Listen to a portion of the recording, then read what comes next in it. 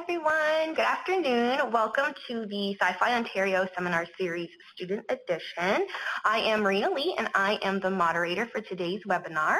I would like to start by letting everyone know about our next seminar series called Rent Safe, Engagement Between Public Health and Municipal Property Standards and Bylaw Officials Regarding Housing Conditions. The seminar is going to be on November 14th. The remainder of today's webinar will be in lecture mode for the duration of the call. If you have any questions, please send them through the chat pod located in the bottom right of your screen. All questions will be answered at the end of all the presentations. Also, if you could please indicate on the pod chat how many people are in the room attending the webinar with you, that would be great. So let's begin with our first student presentation. This presentation is called The Missing Ingredient, Food Safety Messages on Popular Recipe Blogs, presented by Emily Morrison. Emily is a public health undergraduate student from Ryerson University that has a keen interest in studying vulnerable populations. With years of volunteer and work experience helping immunocompromised communities, her research project resembles her passion and commitment to the field of public health. Emily aspires to pursue her passion in public health research through higher education and hopes to attain a graduate degree in public health. Currently, Emily continues to work on research initiatives involving vulnerable communities while serving as a volunteer for various university health network sites across Toronto. So, Emily, all yours.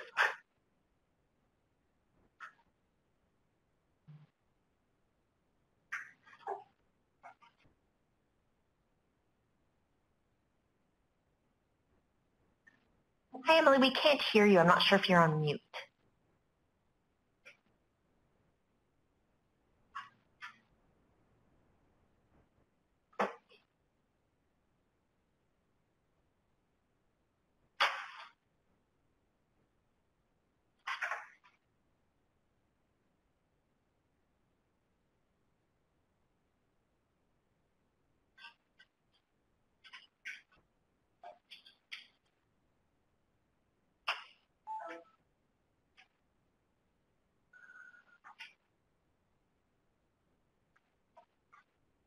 Hi, everyone. We're just working through a technical issue. We will be back in just one moment.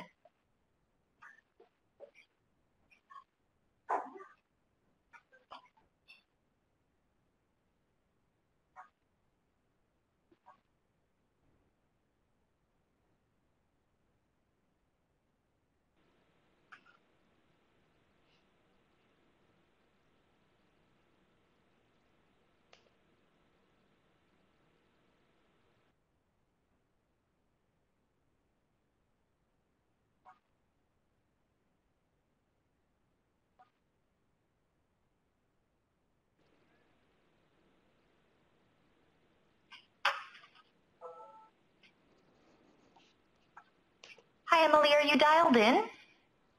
I'm here. Oh, there I just got your email. Yeah. We can hear you. Sorry. There we go.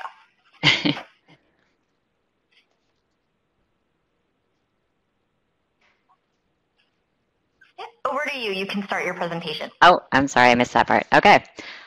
So the most popular recipe blogs draw as many as 60 million visitors a year, but we don't know what types of food safety messages they include, if any. So with my supervisor, Dr. Ian Young, I evaluated 784 recipes on the 50 most popular recipe blogs. Why? Well, research shows that social influences are important factors in determining consumer food handling behavior. The marketing world has long known that bloggers are social media influencers whose endorsements affect consumer purchasing decisions. Interest has been growing in studying the effects on other consumer behaviors. Previous studies evaluating the food handling of celebrity television chefs has found that they are often poor models of safe food handling. Their neglect of safe food handling has been shown to influence their viewers' attitudes towards food safety.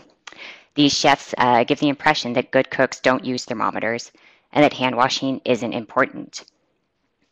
Other studies have similarly found a lack of food safety messages in most popular cookbooks and magazines. It's been shown that including food safety prompts in recipes, such as instructions to wash hands or to cook meat to recommended temperatures, can improve consumer food handling.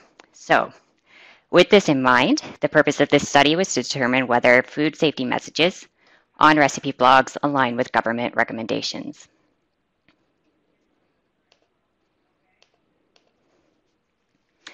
So how did I do this? I obtained a list of the most popular recipe blogs from Alexa Internet, which ranks websites based on a combination of web traffic and page views. I included blogs whose authors reside in either Canada or the US. Then, using food safety recommendations from Health Canada and the US Department of Health and Human Services, I developed a structured, pre-tested coding form to evaluate the 15 most recent recipes from each of these blogs to determine whether they aligned with Canadian and US government recommendations for safe food handling. So those measures included adequate cooking of meat. So I noted whether bloggers recommended using a thermometer to check that meats were cooked and whether they recommended cooking meat to recommended temperatures. I also evaluated cross-contamination reduction practices, including whether bloggers recommended hand washing before preparing food or after handling raw meat, and whether they recommended sanitizing surfaces. For fresh produce, I determined whether bloggers had recommended washing produce meant to be consumed raw. And finally, where storage times for leftovers were provided, I determined whether they aligned with maximum recommended storage times. So what did I find? Well, broadly speaking, food safety messages on recipe blogs did not align with government recommendations. I reviewed 479 recipes containing a meat, poultry, or fish ingredient with a cooking or reheating step. Only 16.9% of recipes recommended using a thermometer to check that meat was properly cooked. Where a recipe did recommend using a thermometer, more than a third provided an incorrect endpoint temperature.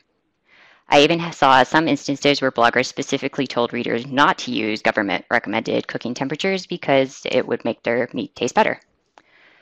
Nearly all recipes included at least one subjective indicator to check that meats were adequately cooked. So that would include time, touch, color, or food texture. And nearly 80% of recipes gave a subjective indicator as the only measure of doneness.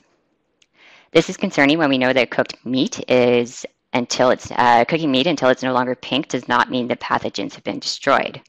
There have been several studies showing that for ground meat, for example, packaging conditions and thawing practices can cause it to brown well before it's done cooking. So the only way to tell that meat is adequately cooked is to use a thermometer.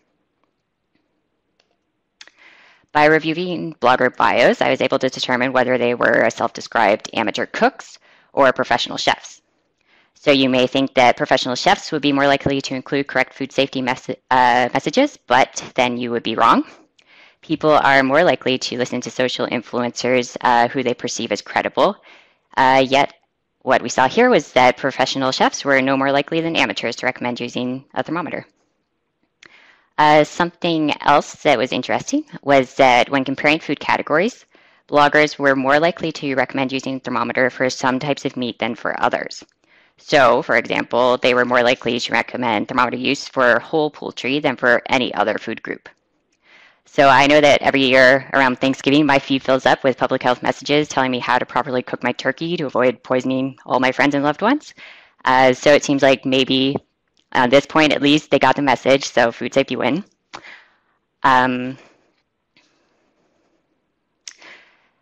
Only one recipe out of 784 reviewed recommended washing hands before preparing food.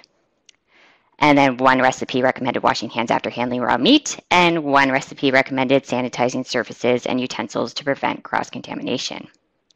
Cross-contamination easily happens in home kitchens. Home kitchens have been found to have greater fecal contamination than bathrooms even.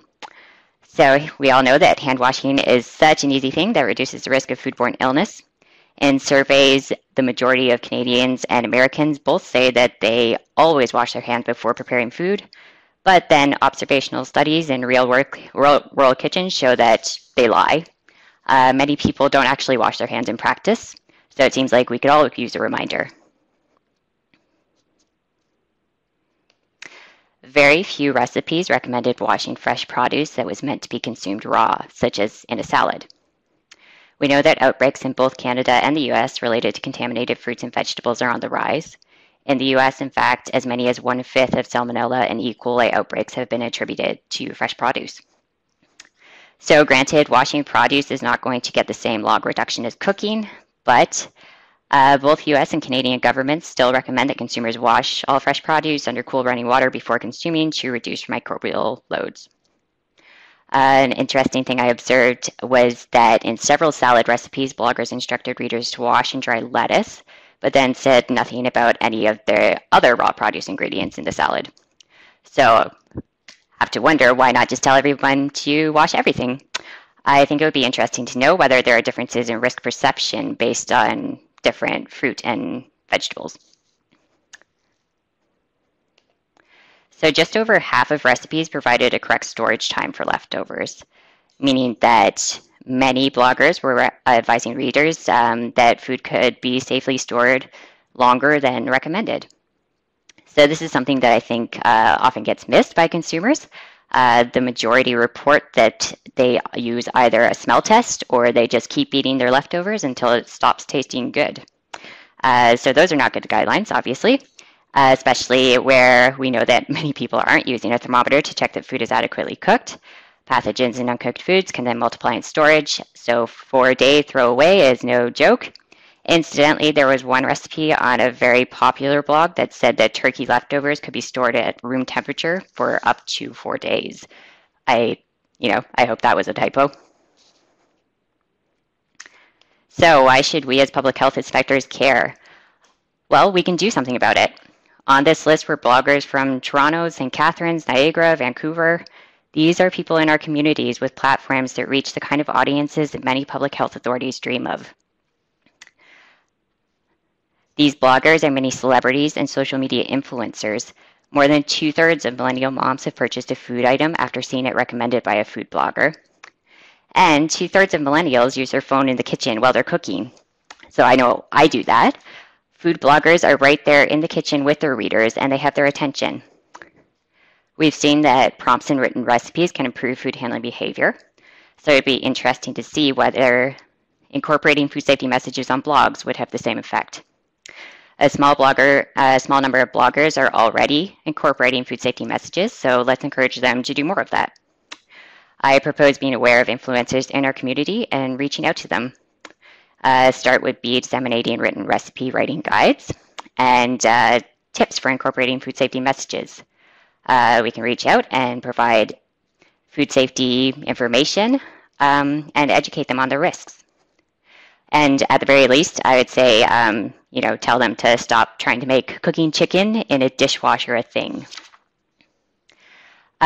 Whether they realize it or not, through their emissions, bloggers are commenting on what matters when handling food. So let's help them realize that food safety matters. So thank you for listening. I am happy to answer any questions now or at the end of the presentation. And I invite you to look out for this article in the January issue of Food Protection Trends.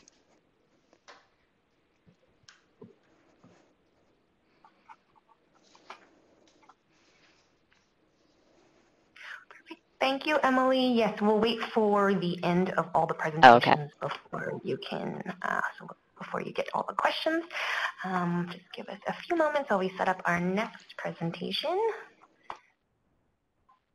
Okay.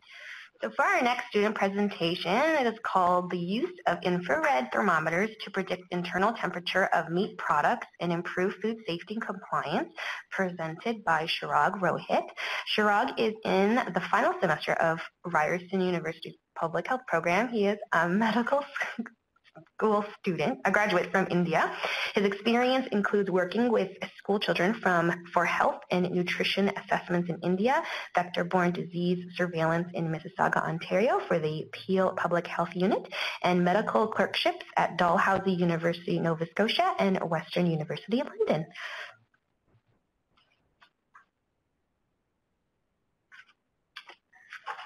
Hello, everyone.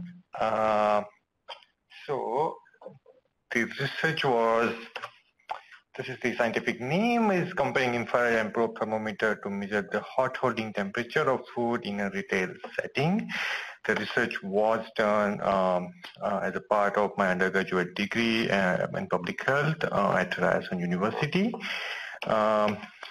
Dr. Ian Young was primary supervisor for the research project. Apart from him, Dr. Melissa Moose and Dr. Richard Meldrum were supporting supervisors. So I'll begin with why the research was done. So in 2015 study in United States suggested that almost 90% of supermarkets, 64% of grocery stores, 64% of convenience stores and 36% of grocery stores are like selling ready-to-eat food items like hot pizza, hot dogs, hamburgers, and 2017 study also found that almost 2.1% of all foodborne outbreaks were associated with such ready-to-eat food items. And even in Canada, the trend of hot holding food in retail big box stores is just growing. Over the years, many stores are starting to sell hot food, and the risk of food safety is always associated with those. So as a public health inspector and as a public health personnel, from food safety standpoint, ready-to-eat food needs to be either below 4-degree temperature or above 60-degree temperature. And in Ontario, especially under the food premise regulation, it is mandatory for each and every food premises to have hot holding temperature above 60-degree. And so far, retail units are using different kinds of hot holding units like steam table, hot plates, fluorescent bulbs, or hot air, or as the technology advances, even more new different types of hot holding units are becoming available. And usually we have seen whole chickens available as a rotisserie chicken in many of the big box type stores. Also different chicken products, pizza, chili, soup, and list goes on. So basically for food retail, the way to measure temperature is between to the probe thermometers. So the probe thermometers are usually thermocouple type thermometers. They measure the internal temperature of the food. And it has like a probe that goes inside the food for the measurements. But with the advancement of technology, the new ones are infrared thermometers. And this was the focus of our study. As in past, the infrared thermometers were used only in industrial level food units or industries where they are measuring lots and lots of food. But now the availability of small handheld thermometers, it's available everywhere, and you can find it for less than $20-30. And in retail, more and more people are using those thermometers. So just in a basic comparison between both, that's on the screen. The primary difference between probe thermometer and the infrared thermometer is that the probe measures the internal temperature of the food, whereas infrared technology only measures the surface temperature of the food. So for the regulatory requirement, it is recommended to have 60-degree or above Celsius temperature of internal of the food. So that limits the use of infrared thermometer for the regulatory compliance uses. But on the other side, there is a certain benefits of infrared thermometers over probe thermometers, and those are especially makes it better in terms of cross-contamination prevention, because infrared temperatures are measured from a distance, and in compared to probe, they are more easy to use. So the study design, we partnered with a big box type retailer, and we measured the 7 different stores across GTA, and the 6 types of food were included in the study. So these are the foods, except for the whole chicken, all the foods were in 450 gram boxes, whereas whole chicken was 1 per box. And the hot holding unit across all the stores was similar manufactured, and it has a fluorescent bulb that was providing the heat and was a heat element. No other type of heat elements were there.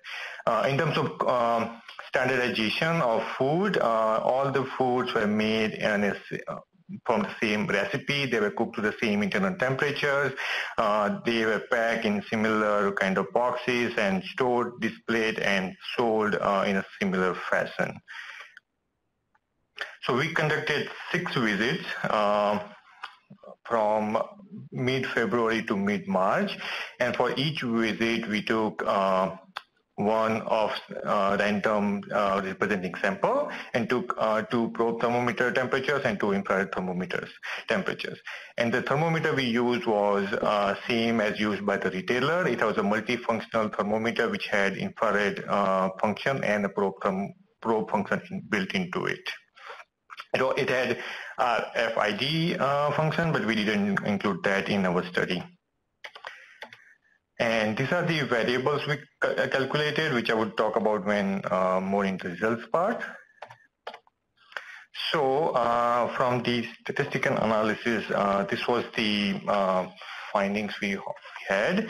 So for all of the visits, the hot holding unit temperature was 74 degree and 74.64 degree Celsius, which is way above the regulatory requirement of 60 degree temperatures.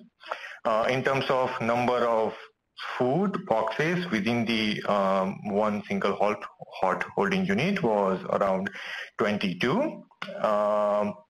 And we calculated a variable called time elapsed, which was calculated from the timestamp or cooking time given by the retailer, and then the time of when the measurements were done. So this gave us the time of how long the food had been sitting in the hot holding unit. For all 212 samples, the average probe temperature was 66.07 Celsius, whereas infrared temperature was 64.98 degrees Celsius.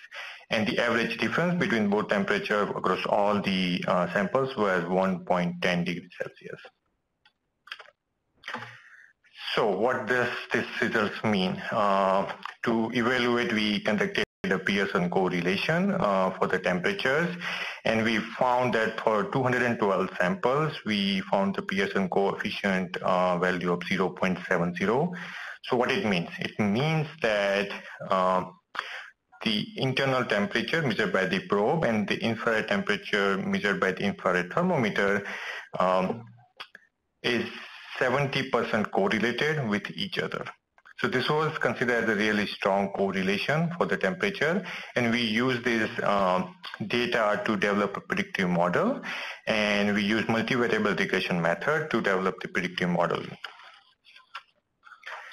And this is the graphical representation of the correlation. So we can see that across all the temperature values, infrared and probe temperatures are correlated with each other. As the internal temperature goes above, infrared temperature goes above as well.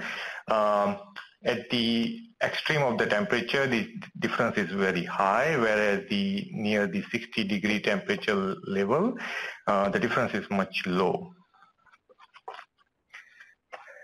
Apart from those main variables, we analyzed the temperature with other variables. So out of all the other variables, we found that the time elapsed variable, meaning the amount of time food was sitting in a hot holding unit, was negative and statistically significantly related to both internal temperature and surface temperature.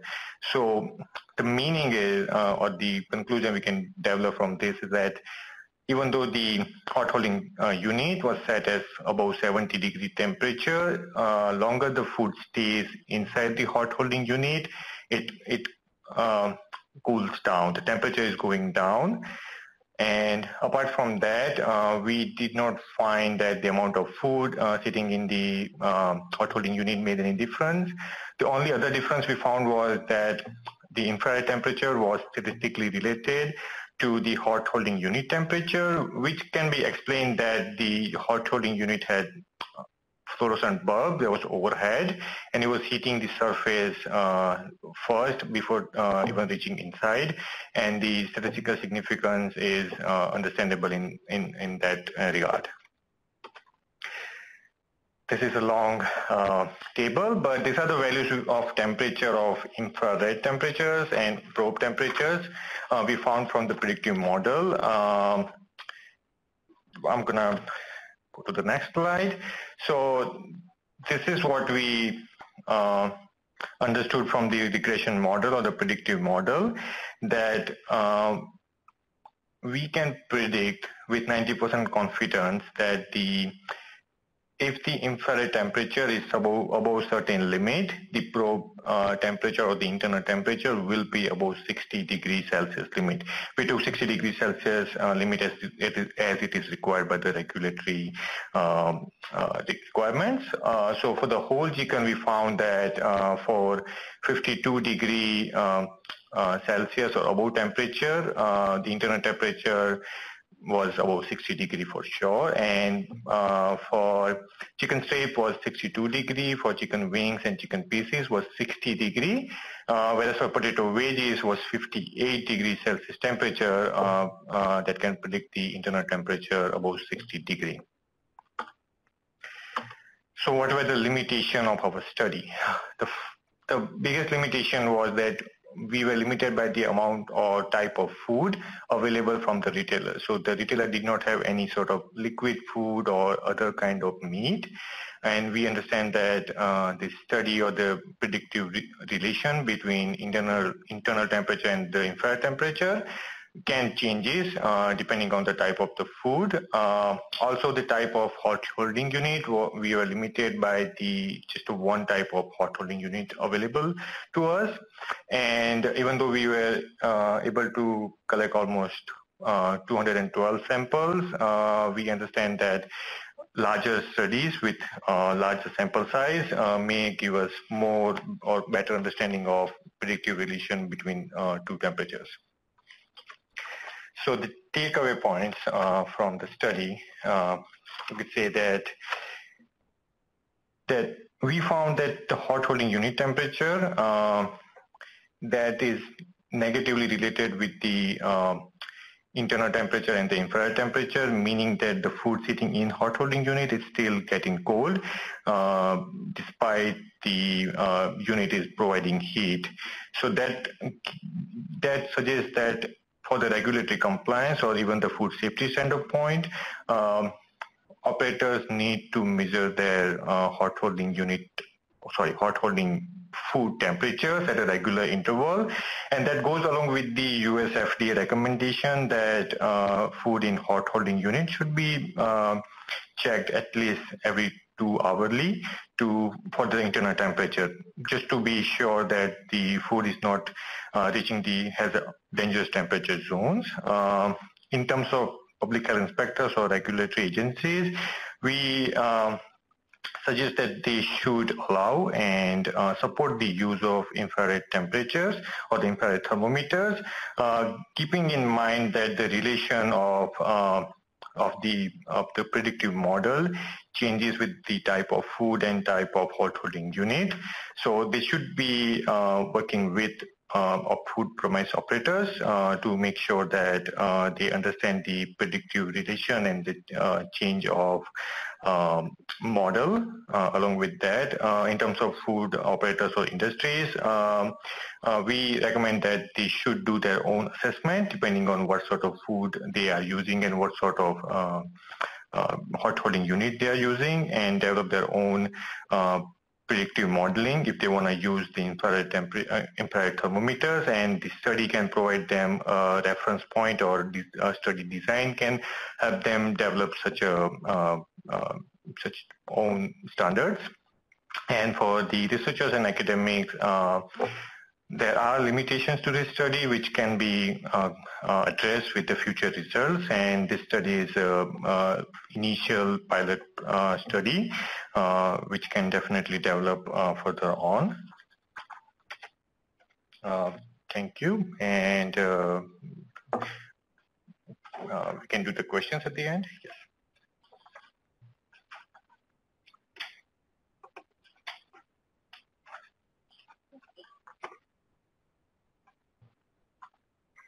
Thank you, Chirag. Okay, so our final presentation is called An Outline Review of the Food Safety Information Available for Immune-Compromised Individuals in Ontario, presented by Iman Alas. Iman is a fourth-year public health undergraduate student from Ryerson University with a key interest in studying vulnerable populations. With years of volunteer and work experience helping immune-compromised communities, her research project resembles her passion and commitment to the field of public health. Iman aspires to pursue her passion in public health research through higher education and hopes to attain a graduate degree in public health. Currently, Iman continues to work alongside vulnerable communities, serving as a volunteer for various university health network sites across Toronto. So please welcome Iman.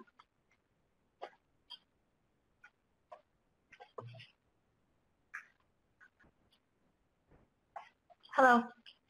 My project looks at online food safety resources available to the immune-compromised population in Ontario, provided by public health unit websites. So to start off, in the immune-compromised, as defined by Health Canada, are individuals who live with alcoholism and HIV or AIDS-positive status, cancer, diabetes, organ transplant recipients, so mainly those who live with conditions that weaken their immune system. Studies show that immune-compromised individuals are a highly susceptible group that suffer more adverse effects than the general public if exposed to illness, and are about 10 to 15% more likely to develop a foodborne illness. With recent changes to the food safety protocol, effective January 2018, health units are now required to provide food safety information to priority populations, including those who are immune-compromised. So the purpose of my study is to identify food safety information specifically tailored to immune-compromised individuals, to review current online food safety resources already provided by health units to the immune-compromised population in Ontario in terms of web accessibility, readability, and usability, and to provide the basis for evaluation of food safety information designed to educate the immune-compromised population in Ontario. This information is vital not only to the immune-compromised, but to supportive audiences like healthcare providers and those who may live with or support immune-compromised individuals, as they too are stakeholders and benefit from this information. And it also provides guidance and accurate information for safe food handling. This information also serves to protect and promote the health of higher risk groups in Ontario, as well as the communities in which they live.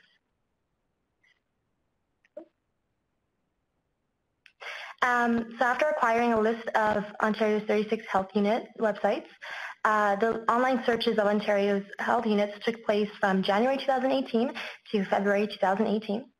The information was descriptively analyzed through an Excel spreadsheet. This included comparing information provided by Ontario's health units to the food safety guidelines from Health Canada, as well as the Ministry of Health and Long-Term Care in terms of relevance, applicability, and reading level. As drop-down searches were not available for all health unit websites, the search to find food safety information specifically tailored to immune-compromised individuals was conducted through iterative keyword search, meaning keyword searches like certain terms like weakened immune system, immunocompromised, immunosuppressed were all searched for on Ontario's health unit websites to ensure a thorough search was conducted. Results were then tabulated and summarized. So this image above shows the arrangement method I used to collect data.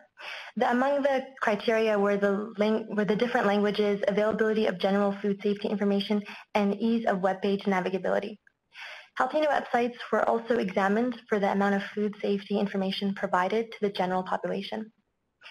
The information found on the health unit websites were then categorized in terms of food safety information available, specifically tailored food safety information available, its similarity to the information found on provincial and federal websites, along with the ease of accessibility in terms of usage of a drop-down list or web links.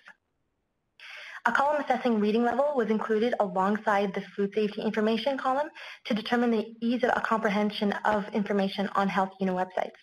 The reading level of the food safety documents was evaluated through a Flush-Kincaid grade level test.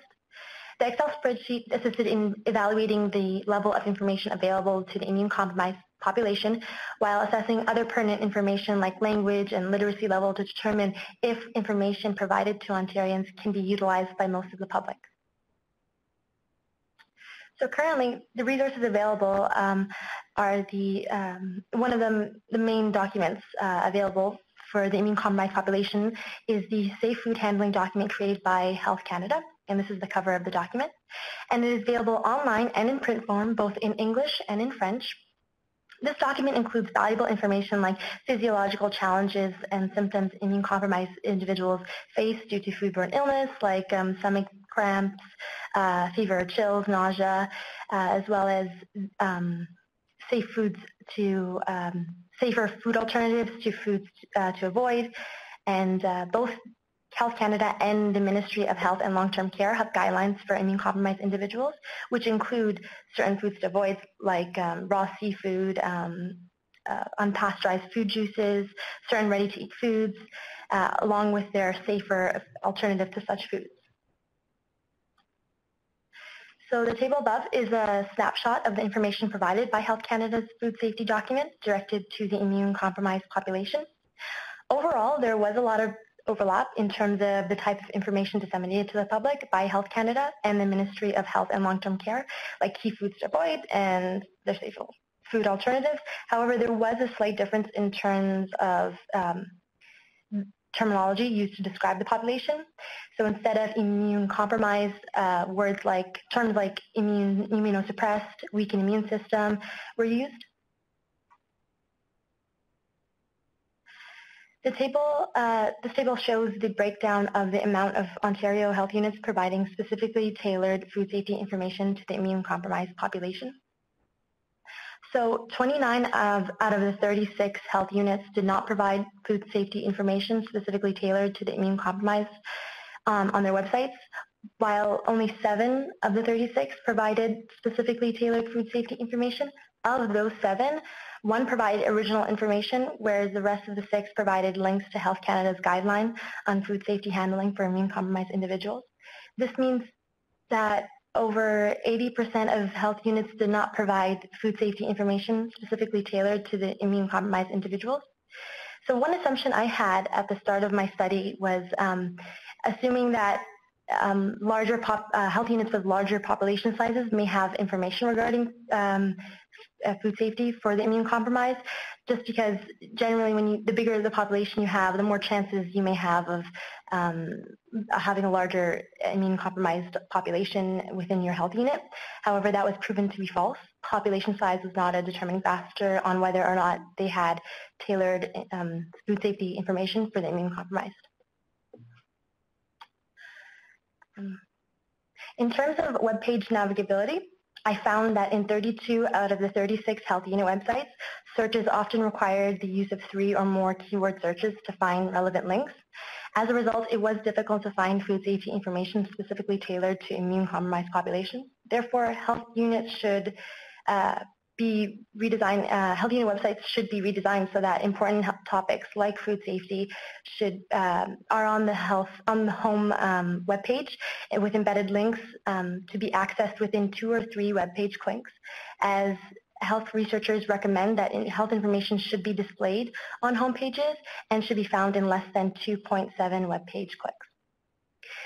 Additionally, some language barriers were identified, with 10 out of the 36 health units providing their general food safety information materials only in French and English. Aside from those who provided web links to Health Canada and the Ministry of Health Long-Term Care's food safety documents, which are in French and English. So only 2 out of the 36 provided information in multiple languages other than French and English. And this is going to be an issue to those who aren't fluent in French or English trying to access food safety information. What I also found was high-risk groups like pregnant women, elderly, children were identified and had specific food safety information designed for them by health units separately. Other immune-compromised individuals suffering from more chronic health conditions, specifically those explicitly identified by Health Canada, had no information available that addressed their food safety concerns. In terms of readability, the Health Canada's food safety documents available for immune-compromised individuals had a Flesch Kincaid reading level test score of 7.8, or the equivalent of a 7th grade reading level of reading comprehension, and was between the recommended 6th to 8th grade reading level. There were some limitations to my study. The main one, there was one limitation to my study. Since the review took place on an online platform, only web-based resources were evaluated. So that's not to say that health units do not provide any information to immune-compromised population, as they may provide that information in print or in other forms. However, studies have shown an increasing number of Canadians use the internet as a platform for health information gathering, so it may be useful to provide such information online for easier access. So in conclusion, there is a need to reevaluate the availability of food safety information designed to educate the immune-compromised population in Ontario, and the website platform that is used to display the information should be designed in a way that it is easier to navigate. And finally, revisions should be made so that all Ontarians, regardless of literacy level or language spoken, can be able to comprehend important health messages. And I'd like to thank the School of Occupational and Public Health at Ryerson University, my project supervisor, Dr. Ian Young, and CIPHI for allowing me to present today. And here's my references. Thank you.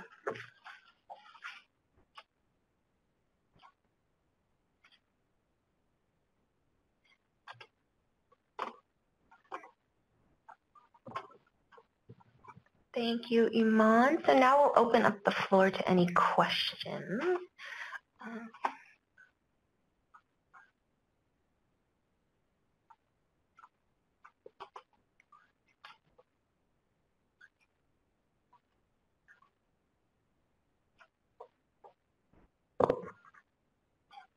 Perfect.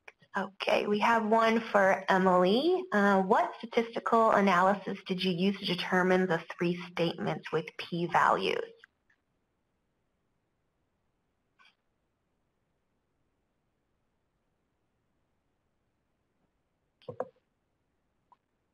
Emily, are you still with us?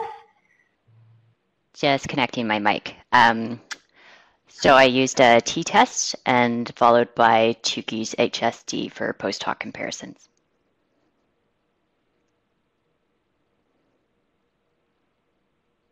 Perfect, thank you. Any other questions?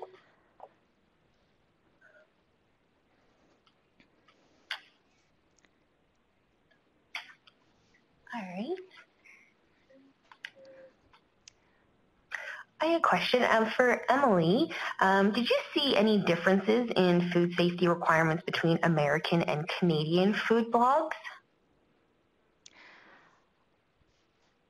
So we weren't specifically comparing Canadians versus American blogs for that measure. Our sample size was much bigger. It kind of leaned towards Americans, so I didn't really have quite enough Canadians in the top 50 there to be able to compare that.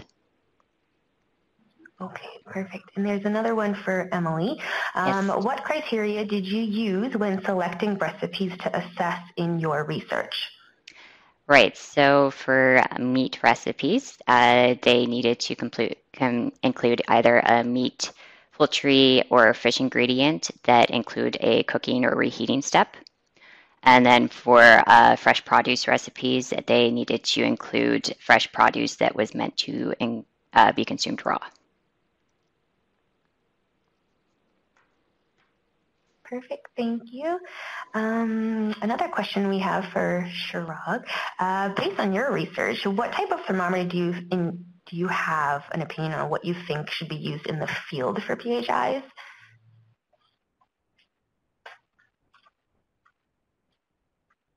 So for PHIs or any regulatory compliance, probe thermometers are still way to go because as stated in food premises regulation, it requires to have 60 degree or above internal temperatures, and as of right now, probe thermometers are the one who provides you internal temperature. On other hand, infrared thermometers, if the study is done well enough or in a really scientific manner, you still can do quick overview of large amount of food with infrared thermometers, but in terms of holding it against regulatory requirements, we are not at the level where we can just use infrared thermometers. Perfect, thank you. Another question for Iman. What were the patterns, if there were any, that you noticed among all of the food safety websites? There weren't certain patterns I noticed. A lot of the times, most of the assumptions I had in terms of the language being used in terms of the terminology pretty much stayed the same across the board. So if that's one pattern, but pretty much in terms of like the population size, it varied, and I was quite surprised to find that health units with a more diverse population didn't have the languages that represented their community. So in terms of language, it was a bit of a surprise, and population size was something that surprised me as well. Perfect. Was there any other questions?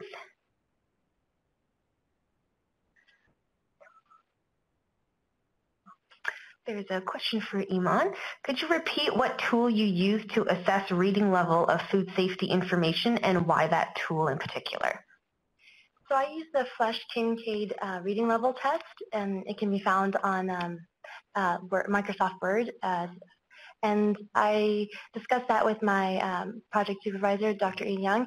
It's quite standard for reading, for assessing reading level, and so that was the most popular tool, and so from popularity, that's why I chose it. Excellent, thank you.